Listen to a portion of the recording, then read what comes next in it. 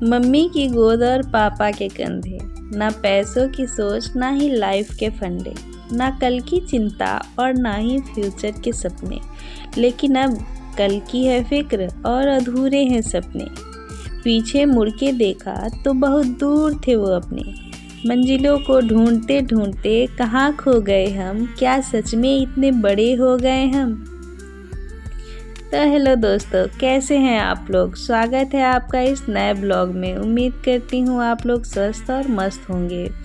और यहाँ पे मैंने मंगवा दिए हैं बच्चों के लिए माइंड गेम कलरफुल, जिसमें 4 तरह के गेम हैं और वहीं बच्चे देख रहे हैं अपने पापा के साथ बैठ करके और समझ रहे हैं कि उसे कैसे खेलना है, कैसे क्या करना है। कुछ इसमें लूडो जैसे गेम तो वो खेल लेते हैं, लेकिन इसमें 2-4 तरह के गेम हैं जो वो आपस में डिस्कस कर रहे थे कि इसे कैसे खेलना है।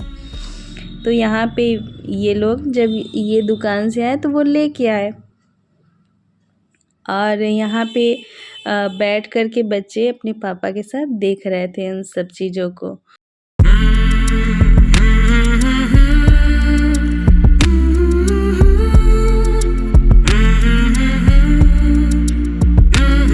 और ये है अगला दिन, ये एकादशी वाला दिन है, जिस दिन फाल्गुनी एकादशी पड़ी थी। तो आज है मेरा व्रत और सुबह सुबह उठने के बाद मैंने बच्चों को भी उठा दिया था।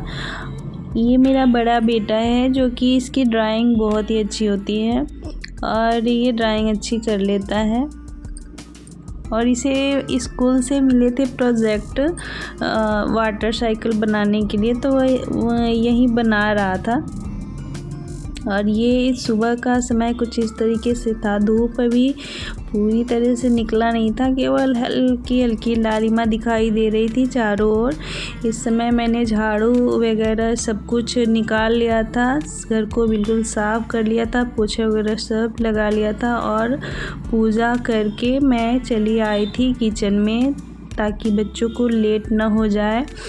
और किचन में आने के बाद यहाँ पर मैंने बनाए सब्जी बन चुकी थी, आलू और गोभी की सब्ज़ी बनी थी और इसके साथ मैंने पराठे बना दिए थे। क्योंकि हमारे किचन में ना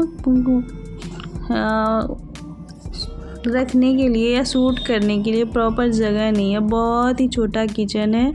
और सुबह की भाग दौड़ सबके घरों में सबको पता होती है कि कैसी होती है, बच्चे 1 हो 2 हो 4 हो या फिर जैसे भी हो, सुबह की भाग दौड़ मची रहती है ना, तो उसमें हम कुछ सूट नहीं कर पाते। तो यहाँ पे मेरा बड़ा बेटा खड़ा था, वो नहा चुका था, नाश्ता वगैरह कर चुका था और मैं जल्दी जल्दी उसके टिफ़िन की तैयारी करती। हालांकि लेट नहीं होता है, बहुत टाइम से मैं सारी चीज़ें कर देती हूँ बच्चों को ताकि उनको लेट ना हो।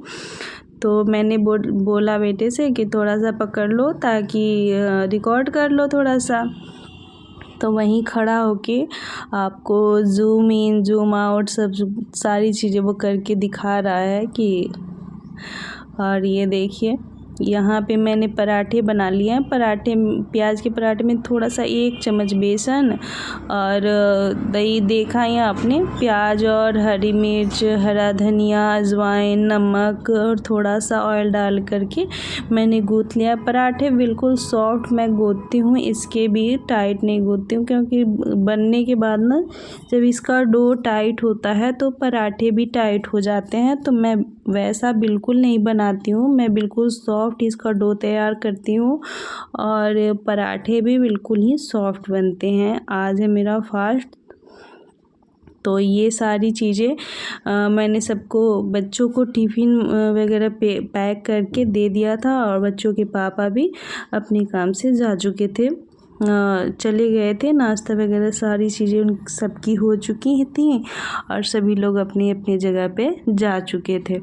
तो उसके बाद मैं आ गई किचन में क्योंकि इस समय तक मैंने चाय वगैरह कुछ नहीं लिया था, क्योंकि बहुत सारे काम हो जाते हैं और मैं चाहती हूँ कि इत्मीनान से बैठ के चाय पीऊँ।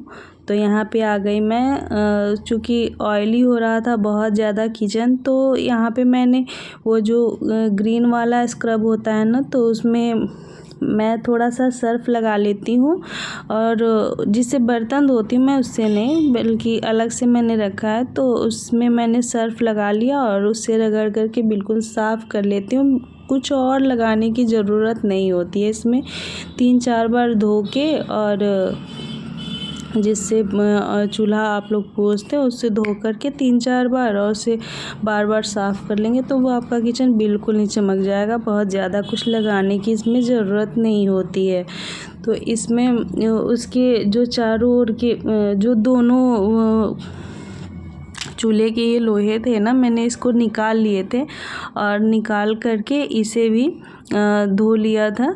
हालांकि साफ़ ही था, ज़्यादा कुछ गंदा नहीं होता है मेरा किचन, बस सामान इधर उधर बिखर जाता है, लेकिन किचन हमेशा साफ़ रहता है। चूल्हे वगैरह यहाँ पे जो भी टाइल्स पीछे दिख रही है ना, वो सारी चीज़ें साफ़ होती हैं। और या बहुत ही छोटा सा है, जितना चूल्हा है ना उतना आपको दिख रहा है, जितना छोटा है वो उतना आपको दिख रहा है, उतना ही छोटा है वो, तो बहुत ज़्यादा गंदा नहीं होता है और साफ़ करना भी अच्छा ही होता है। छोटा सा है, जल्दी साफ़ हो जाता है। और मैं यहाँ पे बना रही हूँ बहुत सारी काली मिर्च डाल के और अदरक डाल के चाय, और ये दूध मैंने भगवान जी को भोग लगाया था, तो उसी दूध को मैंने चाय में डाल दिया और चाय फिर इसका बना लूँगी मैं। और इधर मैंने जब चाय रख दिया था तो आ गई थी इस रूम में, आगे वाले रूम में। आप इस रूम को चाहे कुछ भी कहो, यहीं ड्राइंग रूम है या फिर रूम है, जो कुछ भी है यही है नीचे। और 1-2 कपड़े बिखरे हुए रहते हैं बच्चों के जाने के बाद, ज़्यादा कुछ नहीं होता है। बच्चों को मैं कहती रहती हूँ तो वो अपना काम अब खुद ही कर लेते हैं, मुझे ज़्यादा कुछ कहने की ज़रूरत नहीं होती। हाँ, बच्चे हैं तो करेंगे ही थोड़ा बहुत। यहाँ पे मैंने अपनी चाय निकाल ली है और मैं यहाँ आ गई हूँ, थोड़ी देर बैठूँगी और बैठ करके चाय वगैरह पी लूँगी अपना।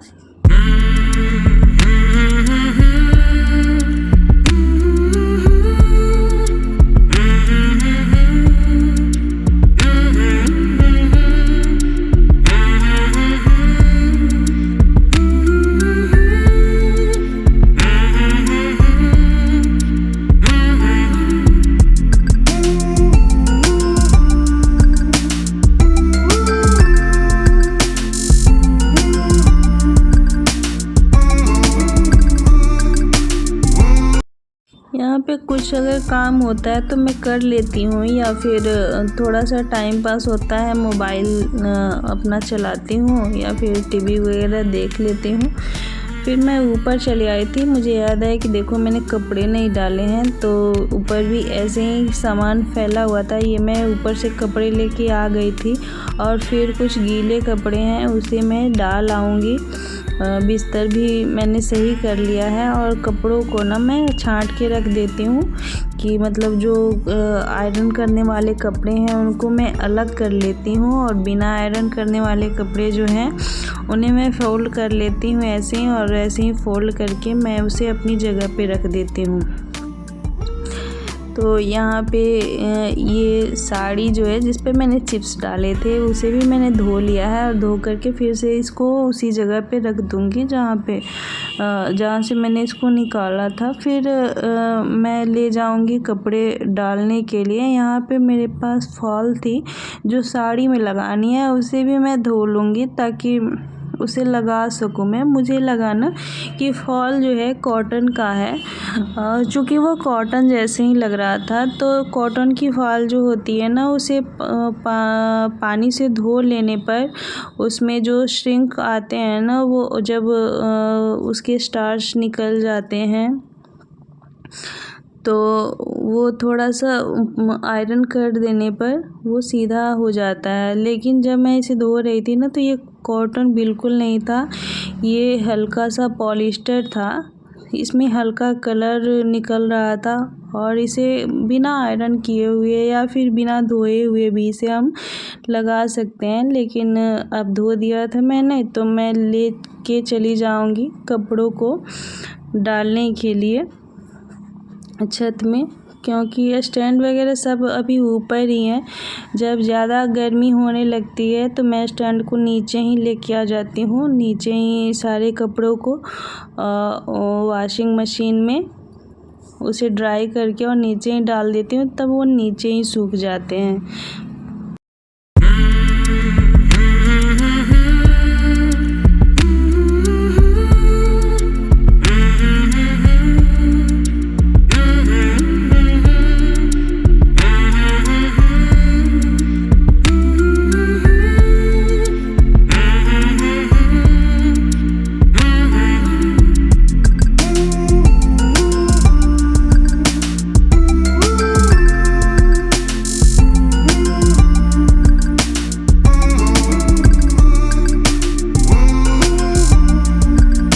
मैं डेली ही मशीन नहीं लगाती हूँ कपड़े धोने के लिए। ये रोज़ वाले कपड़े हैं जो थोड़े थोड़े जब हो जाते हैं ना, तो मैं इसे हाथ से रोज़ ही धो लेती हूँ। रोज़ मैं मशीन नहीं लगाती हूँ। मशीन हफ्ते में 1 या 2 बार या कभी कभी 3 बार भी लग जाते हैं। और ये बच्चों के आने का टाइम हो चुका था जब मैं ऊपर से आई तो बच्चे भी मेरे आ चुके हैं और ये अपना प्रोजेक्ट लेके आ चुका है, जो कि कह रहा था मम्मी बहुत ही अच्छे नंबर मिले हैं। तो मैंने कहा ठीक है दिखाओ, तो वहीं यहाँ पे दिखा रहा था। कितनी खुशी होती है ना जब बच्चे इस तरीके से कुछ बनाते हैं और उन्हें स्कूल से अच्छे नंबर मिलते हैं। तो ये अपना वही दिखा रहा था और बहुत ही खुश था, क्योंकि इस तरीके से जो चीज़ बनाता है ना तो थोड़ी सी हेल्प की चाहिए होती है उसे। तो वो पूछता रहता है मम्मी कैसे, मम्मी कैसे। तो वही कह रहा था मम्मी बहुत अच्छा, मैम कह रही थी बहुत अच्छा बना है। तो वहीं अपना ये दिखा रहा था, A+ एक्सीलेंट मिला था उसको। फिर मैं यहाँ पे आ गई थी ना, हाँ, मैगी बनाने के लिए, क्योंकि हफ्ते में 1 बार तो बनता ही है। हफ्ते में 1 बार ज़रूर बच्चों को चाहिए होता है। तो यहाँ पे उनकी फरमाइश थी कि मैगी बन जाए मम्मी, तो मैंने यहाँ पे चॉपर में सारी चीज़ें चॉप करके फटाफट मैगी उनकी तैयार कर दी, ताकि बड़ा वाला बेटा मेरा जाएगा भी थोड़ी देर में ट्यूशन, तो इसलिए मैं जल्दी जल्दी यहाँ पे तैयार कर दूँगी। इसमें प्याज को मैंने मैगी किसको नहीं आता भाई, सभी बनाते हैं मैगी। मैगी में क्या ही चीज़ है, लेकिन 2 मिनट की मैगी, इसमें सारी चीज़ें डालो तो 10 मिनट तो लग ही जाते हैं। इसमें मैंने प्याज डाल दी, प्याज में थोड़ी सी नमक डाल दी, क्योंकि उसके जो मसाले होते हैं ना उससे केवल प्रॉपर स्वाद नहीं आ पाता है नमक वाला। तो नमक मैंने डाल दी, और चूँकि सब्जियां बढ़ जाती हैं ना, केवल वो मैगी के लिए होता है। तो इसमें मैंने मटर थी तो मटर भी डाल दी मैंने।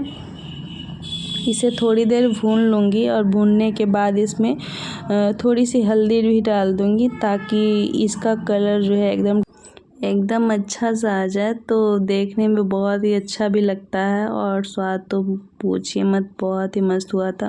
जो मैं तो व्रत थी, और व्रत में तो खाने जो चटपटे खाने होते हैं ना वो और भी अच्छे लगते हैं। हालांकि मैं मैगी वगैरह जो भी फास्ट फूड होते हैं ना वो मुझे नहीं पसंद है, बच्चों को बहुत पसंद है, तो मैं नहीं खाती हूँ उतना। लेकिन जब भी अब बनाती हूँ ना, अब बहुत थोड़ा सा लेके और बस टेस्ट कर लेती हूँ कि मैंने कैसा बनाया है। यहाँ पे मैगी को और मैगी के मसालों को मैंने इसमें डाल लिया, उसके बाद पानी डाल लिया और उसके बाद इसको बॉयल होने दूँगी इसमें। और ये 5-10 मिनट में हो ही जाते हैं। तो ये जब हो जाएंगे ना तो इसमें मैं डाल लूँगी हरा धनिया। यहाँ पे ये देखिए इस तरीके से हो चुके हैं। इसको मैं तोड़ के डालती हूँ, क्योंकि इसके बहुत लंबे लंबे जो लच्छे आते हैं ना वो तो इधर उधर प्लेट से जाते रहते हैं, तो इसलिए मैं इसे तोड़ लेती हूँ। तो यहाँ पे मैंने डाल दिया है हरा धनिया,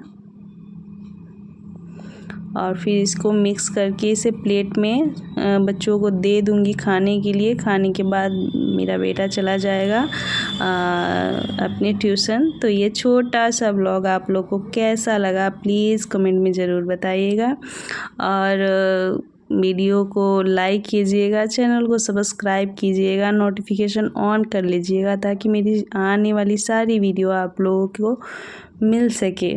तो मिलते हैं आप लोगों से नेक्स्ट वीडियो में।